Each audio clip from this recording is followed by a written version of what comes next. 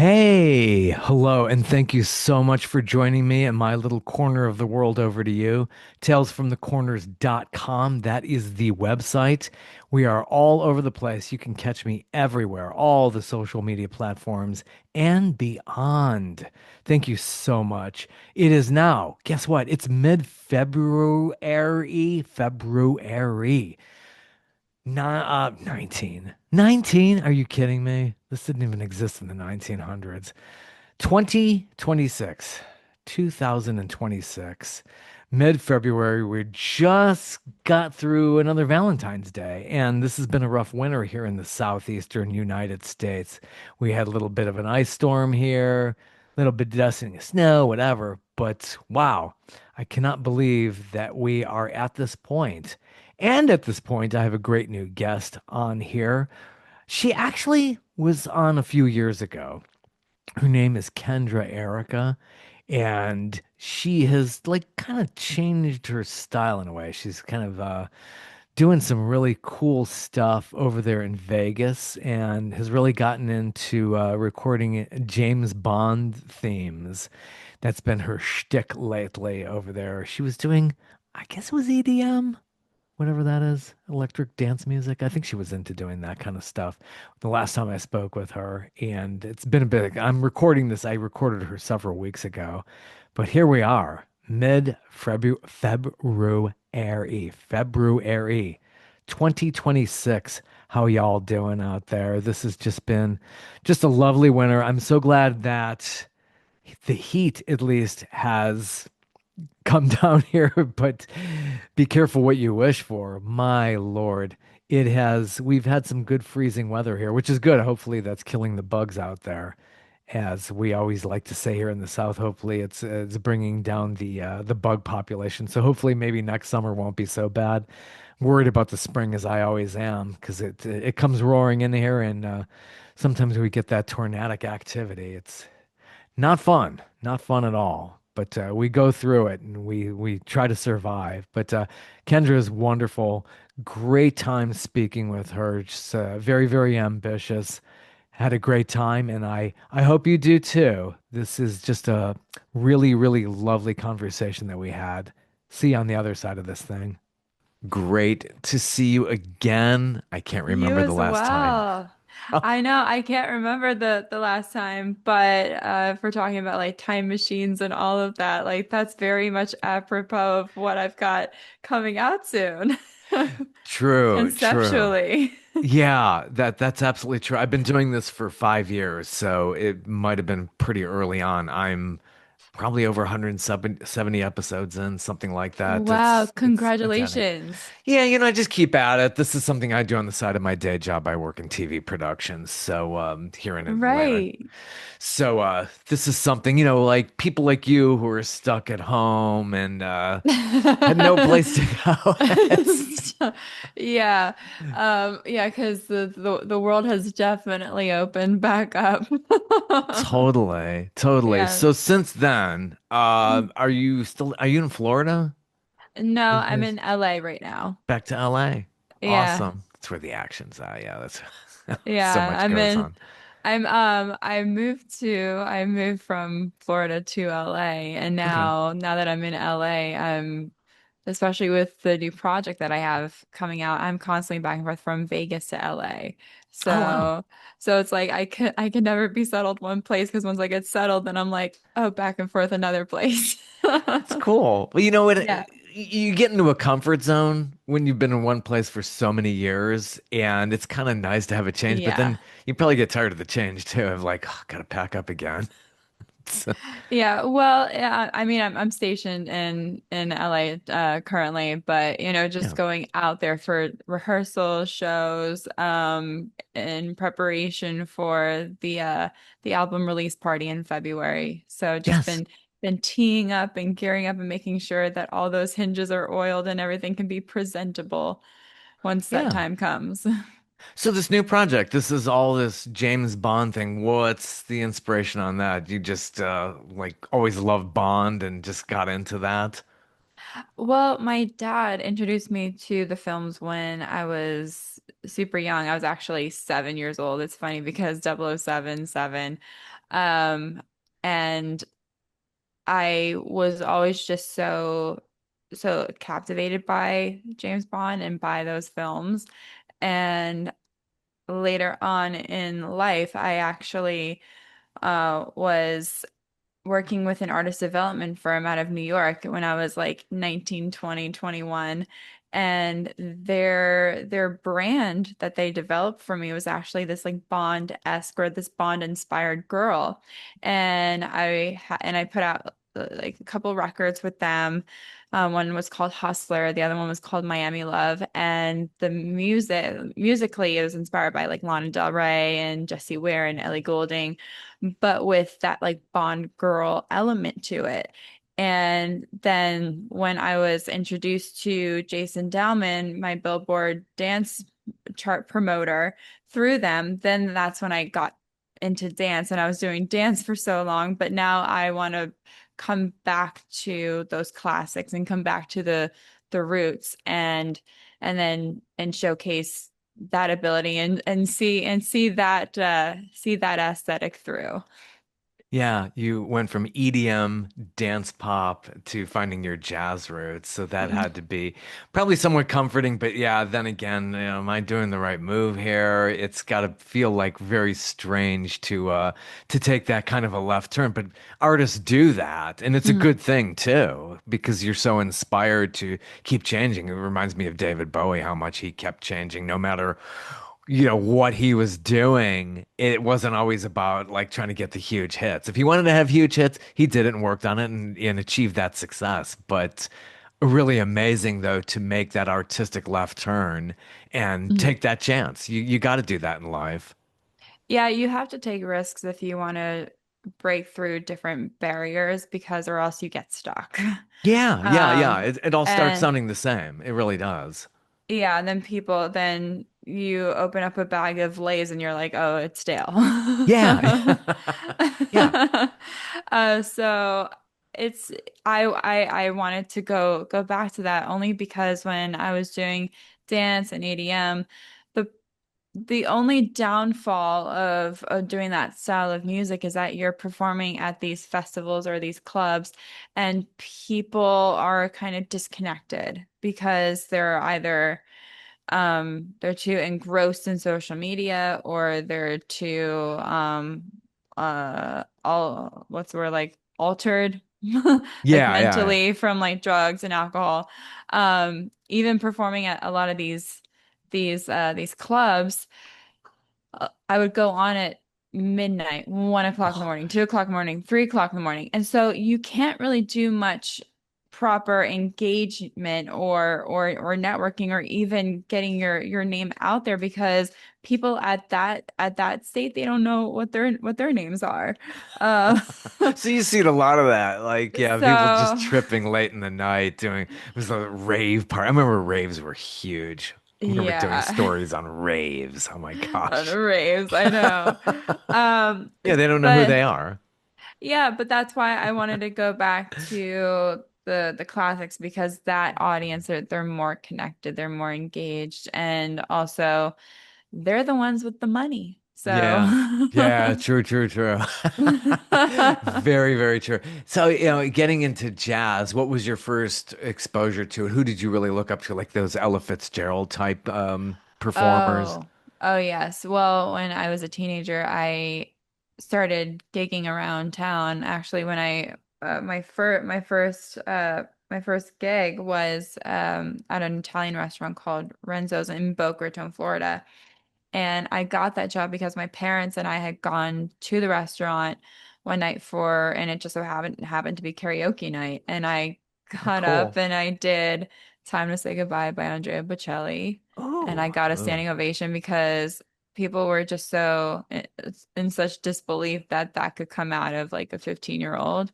Um, Yeah, yeah. It's and hard. It's hard, especially your voice changing, and it's hard when yes. you're a kid to hit those crazy notes. But like, as you're getting into those teen years, I'm sure. Wow, that's amazing. So I did that song, got a standing ovation, and then the owner, Renzo from Sicily, he comes over with two full like fat glasses of wine for my parents, and he says, I have a proposition.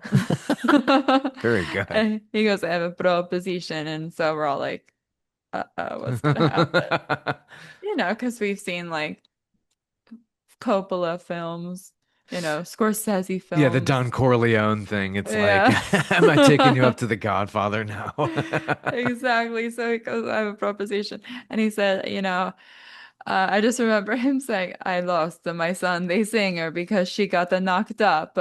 Um, so would you like to fill that spot and be my Sunday singer? And I instantly, right off the bat, took that opportunity. But then once like the haze of getting that kind of dissipated, then reality settled in, and I was like, I can't just sing, you know, one or two or three songs on loop throughout the whole night. I need to build a repertoire. So then that's when I went home, and thankfully, because my dad had exposed me to, you know, Frank Sinatra, Dean Martin, all of those like classics growing up, I was already quite familiar with those songs.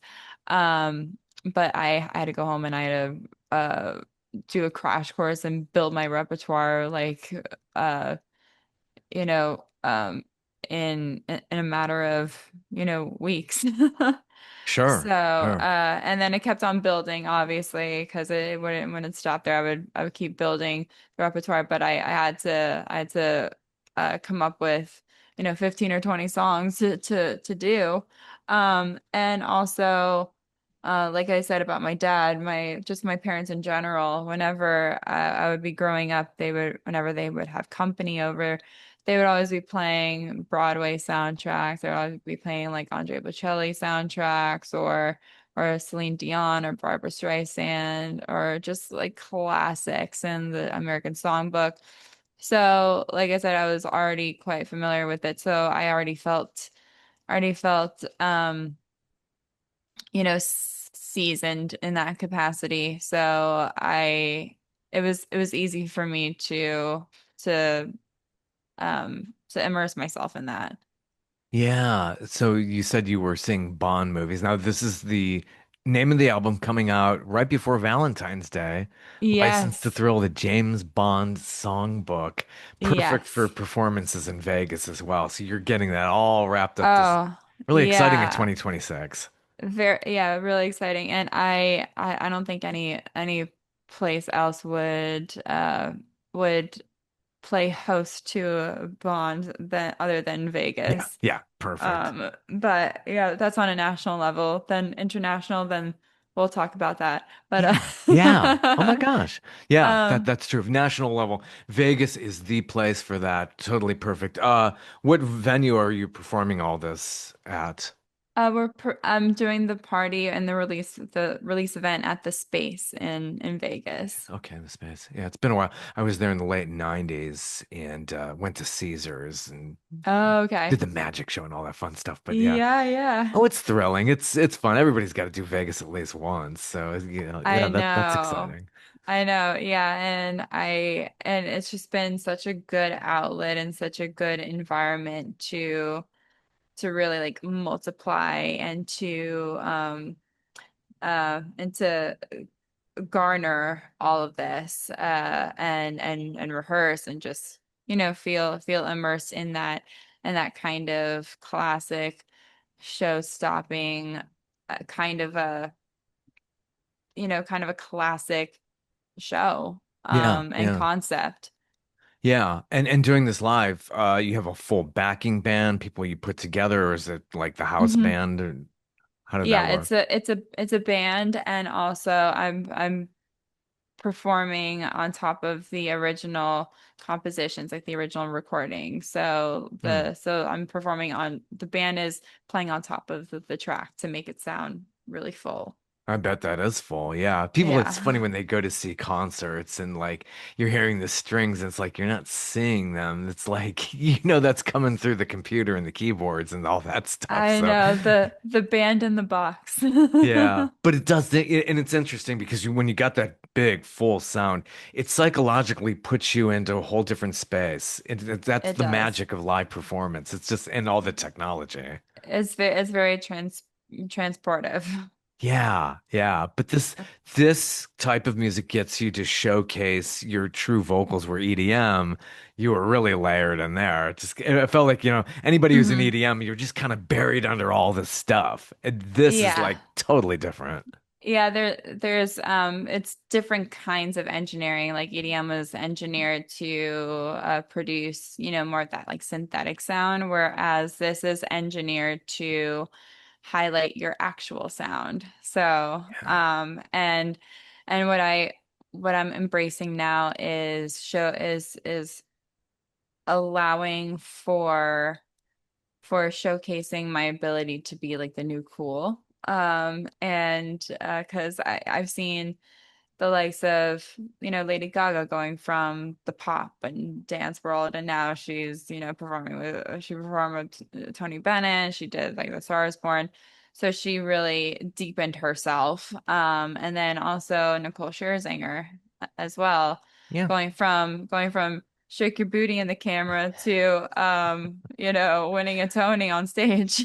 Yeah, yeah, you can reinvent yourself. That's the Yeah. thing. There's true raw talent there with, especially, yeah, you're in that group.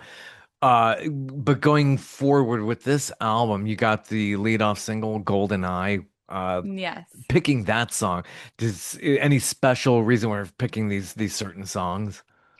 Well, Golden Eye, it just right off the bat, well, because people obviously think of Goldfinger when they think of Bond, but Right. Golden Eye is one of those hidden treasures, I think, because although Tina Turner did originally sing it, and then Bono and The Edge wrote it, and it's from the movie Golden Eye, I feel like it's one of those hidden treasures that was kind of under promoted.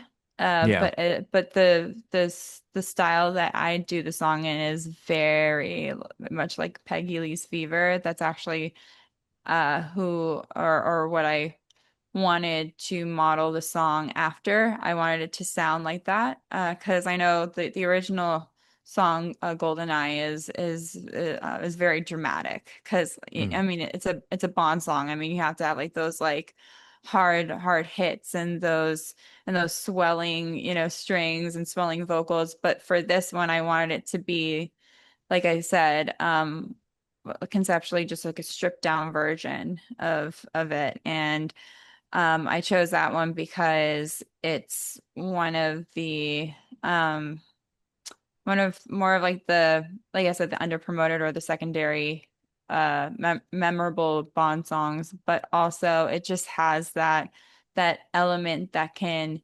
represent the album as a whole because it is stripped down. Yeah, yeah. Great track out there now. And then the album's February 13th, 2026. So that's Yes. pretty exciting. Any other songs that stand out from this collection, and why you picked those certain ones? Was it early movies that you saw and you were inspired? Yeah, well, the whole album is a journey and it takes you through like the 60s, 70s, 80s, 90s, and today. And I wanted to do it that way because everyone loves seeing like the evolution or the story of. And also because I couldn't just pick like one era or one uh like one Bond or like one movie to compile all these songs. So this is just a really nice journey of and an evolution of Bond and really highlighting those iconic numbers. So who was your James Bond? Mine was Roger Moore. I didn't know about Sean Connery until later on. Eh, Mine's Roger Moore as well. Yeah, yeah. I Yeah. just I think The Spy Who Loved Me was the first one I saw in theaters. Discovered the other Okay. ones later on. And as far I as s- Live and Let Die, oh my gosh. My What first movie was Goldfinger. My dad showed me Goldfinger when I was 7 because I just remember seeing that one scene where like the bad guy gets in the passenger seat of the car and then he gets ejected. Um and my dad actually had these sort of like action figures or these toys from his childhood that he had kept in the attic and he brought them down and it was like this little it was like this matchbox sort of like Aston Martin and there and you Smart man.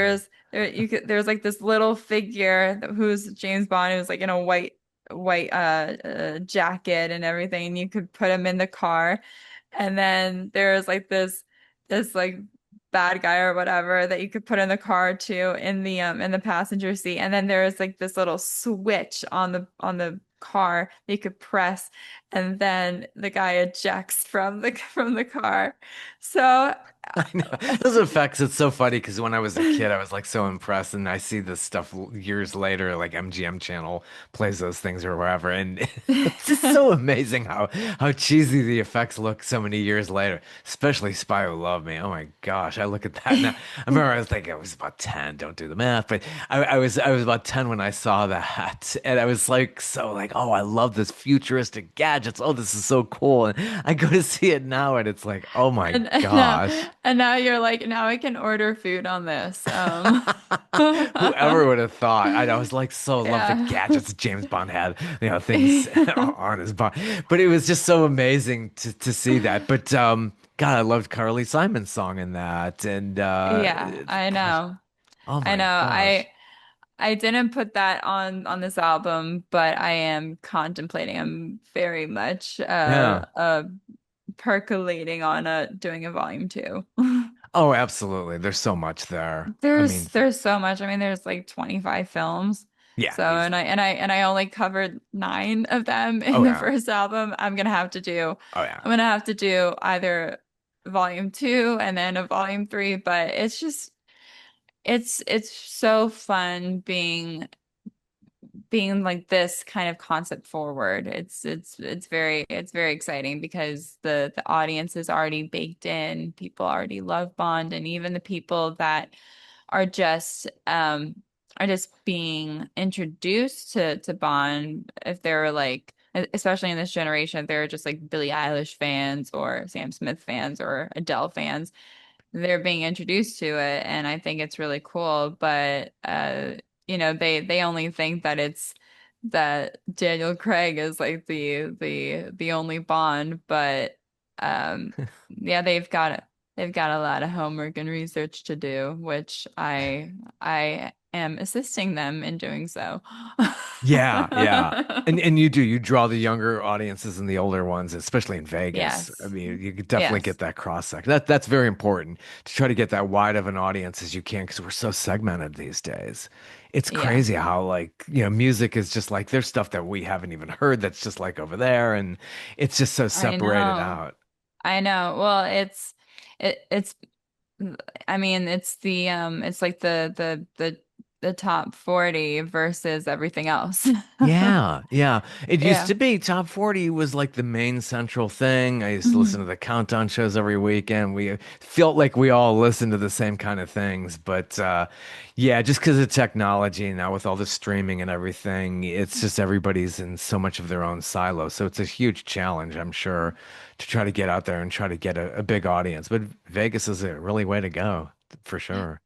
Yeah, and also I mean the whole 007 concept is timeless. So every like the people from you know the 60s love it, people from even from before then too. So I mean it's tis a season to say, I think it's appropriate to say kids from 1 to 92.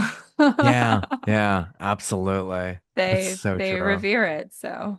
Oh yeah. So putting the album together, where did you record? Were you out in LA? Work with a good team of production people? Yes, I chose Myron McKinley to spearhead this project production wise. I wanted to work with him again because he did such a great job on the cover of Witchcraft that I did. Um, and he and Ralph Johnson, actually from Earth, Wind, and Fire, they co-produced that particular track. But when I was making the decision of which producer to go to or to handle this project, I instantly knew Myron was going to masterfully excel in this area because he has a way of stripping songs down and making them sound so restylized and really creating a new take on it, Yeah. Yeah. a new signature. And I think with both of us, me being on the vocal side and him being on the production side, I really do feel like we this recipe was successful. Yeah, yeah, totally. And it's exciting. As far as are you going to have this on vinyl, CD? Do you have artwork put together with this that we could see it when it's all released? Oh yeah, well the artwork is already finished and has been teased out there on the interweb. But the album itself is not going to be available for listen or download until February 13th. Yeah, we gotta tease it and it's just I gotta lead it tease off. it. Yeah, Yeah. absolutely. So Goldeye's out there ready. You gonna release another Yes. single from that before? Golden Eye is out now.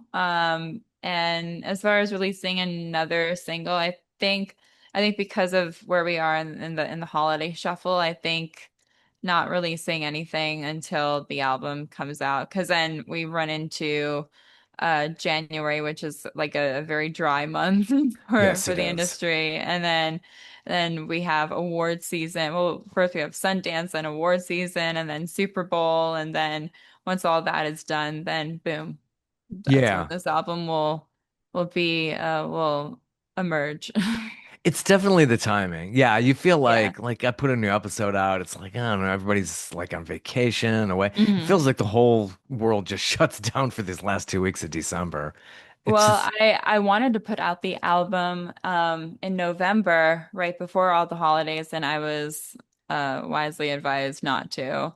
And interesting. the only reason why I was sort of um countering them is because when I released Self-Control back in 2019, I released it the week between Christmas and New Year's. So it was like the path of least resistance, and no one was releasing projects. So once I released that, everything just went to number one because there were no trees, no bushes, no high grass in the way. Yeah, yeah, that's true. Wow. So, So yeah, you live and you learn, especially with yeah. doing the promotion. It's not easy. It's So that's why what you can compete with. I was telling my team, I was like, well, I did it this way back then, but then I have to take into account that this is not like a dance or EDM song. This is like something that we need to be more mindful of and more tactful with. Yeah, yeah. And yeah, I can't compete with Rudolph. GoldenEye can't compete with Rudolph. So Yeah, that's smart. That really is. So yeah, I mean, are you bringing any of your EDM tracks into these shows? That's just totally separate. That's just something else you would maybe revisit at some other point. well, funnily enough, I wrote and recorded two more upbeat tracks that are very much on that sophisticated Bond-esque worldly sound. Um, and I'm going to be incorporating them and interspersing them in different aspects of the Bond presentation. It's just a matter of when, where, and how. Yeah. So, Yeah, but that's good. I'm really looking forward to releasing these because I still don't want to make a full departure from upbeat music and dance music because it's become a part of who I am and my journey, and I don't want to, forsake that, and I don't want to like abandon that just because I'm doing this new like elevated sound, but I can also incorporate that elevated sound into that upbeat sound. So there's definitely a way to converge the two. Yeah. So you recorded Self-Control. I remember that single very well way back in Yeah. 1984. Wow. What made you choose that covering Laura Branigan, the late great Laura Branigan? Just I know. she was just so big when I was in high school. It was like such a like this mystery woman to us. And then she comes out with this track and I was like blown away in the video. I remember when that video premiered and my friends and I had to see it. We're like, "Oh my God." It's amazing. What inspired you to cover her? Well, the song, I was introduced to the song by a producer that I was working with in Nashville, like several years ago, and he had worked for Carrier Records, which was a French label back in the 80s, and what people don't really know about the song Self-Control is that Laura Branigan was not the first to do it. It was originally performed by an Italian pop singer by the name of Raf, and Raf made it big in Italy, and Carrier Records was the label that distributed it. And then once Raf made it big in Italy, then Laura then took it and made it big in the States about a year later. Amazing. No, I didn't know that. Yeah, that's awesome. Yeah, good So, stuff. and I always loved the song, and when I would be performing and gigging in South Florida, I would always throw that song in at the end of the night when people wanted something more upbeat, and I just loved it. Yeah. And when Damon Sharp and I, after racking up a few original Billboard dance hits under our belt, the idea of doing a remake came to mind, and right off the bat, I said Self-Control, and he agreed with me. Like fervently agreed with me. So that's how that remake came to be.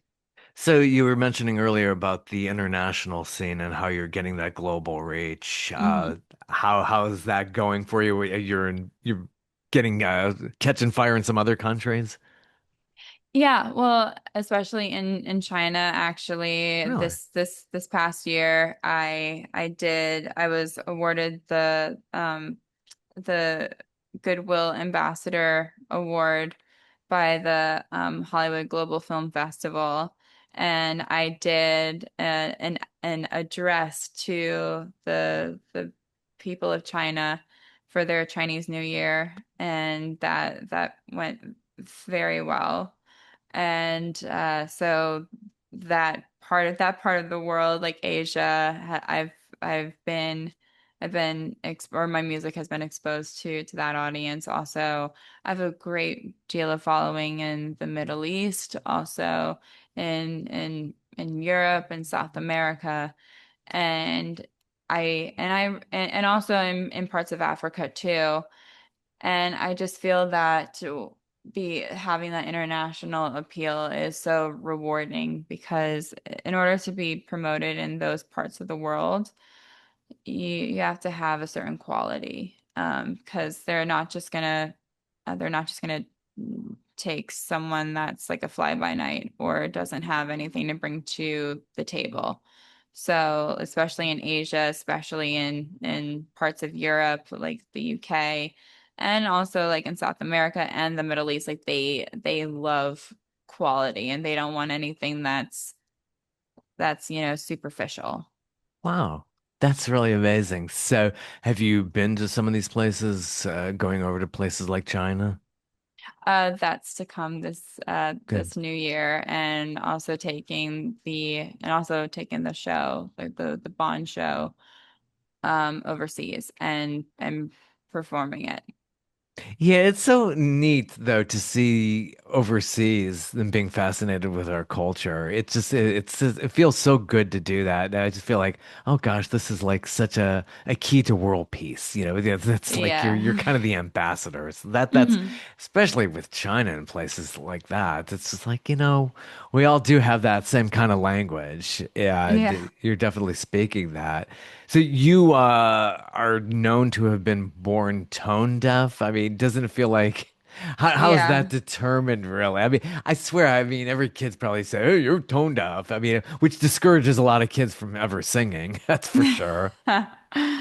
Um, yes, but it didn't discourage me. I think because since I was so young, and I was being directed by my parents on what to do, because I was introduced to a German opera singer who laid that foundation for me at such a young age. And Yeah, they always say learning a language is a lot easier when you're young rather than when you're later in yeah, life.